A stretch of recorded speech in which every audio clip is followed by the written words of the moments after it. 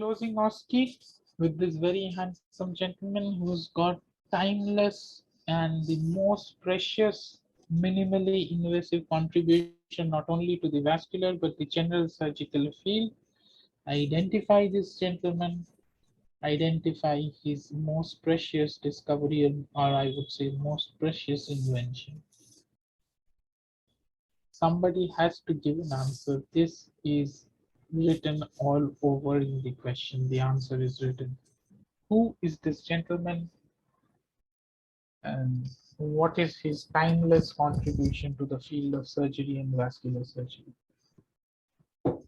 Anybody, this is the same thing. This is the tip end of the thing that you see. This is the back end of the thing. This is the gentleman courtesy whom we get all these things to be done. He's still alive. This is like a swollen balloon.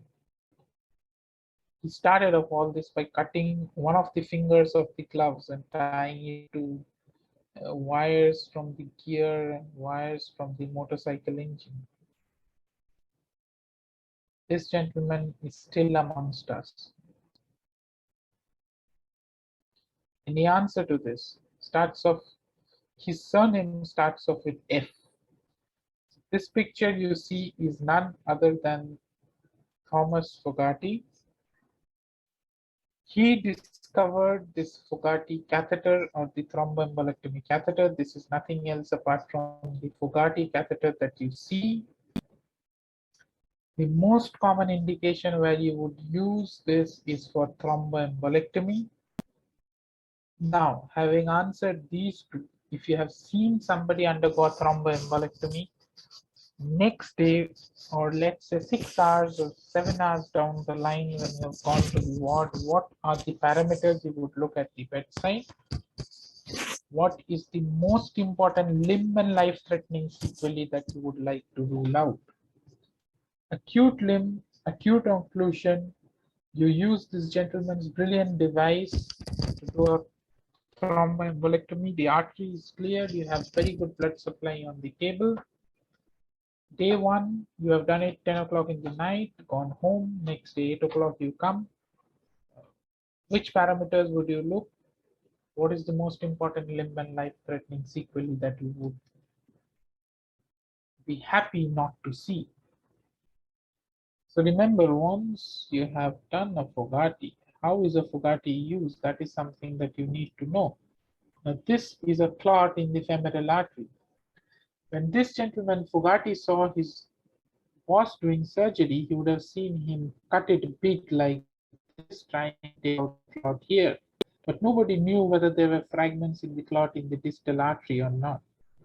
Now, with his intervention, what you can do is, even if the artery is completely choked from, let's say, here to here with the clot, you can put in a small nick here, and sitting right top here, you can introduce his Fogarty catheter here, inflate the balloon, come out with all the clot nice and big here, clear the pathway and get a good blood supply. So this is probably the first modality of minimally invasive surgery that he invented.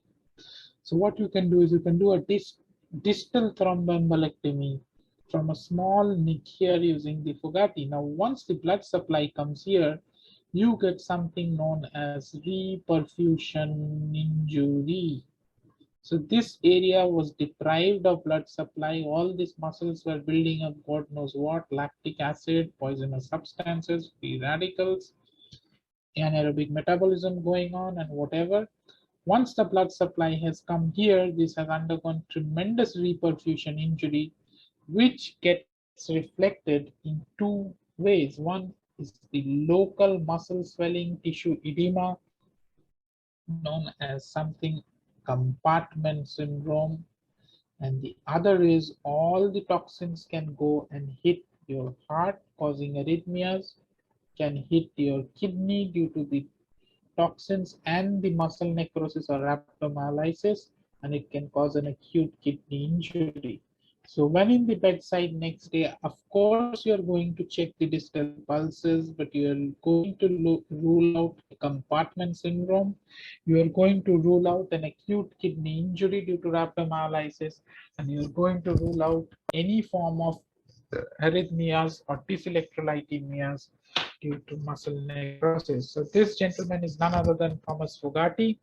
The instrument is a Fogarty catheter. The commonest indication is an acute limb ischemia requiring a thromboembolectomy.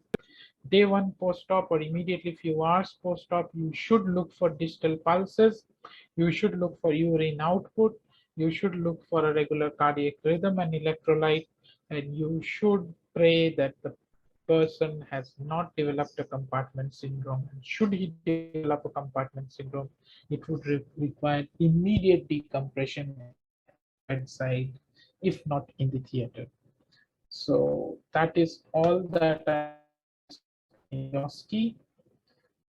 Thank you for your attention.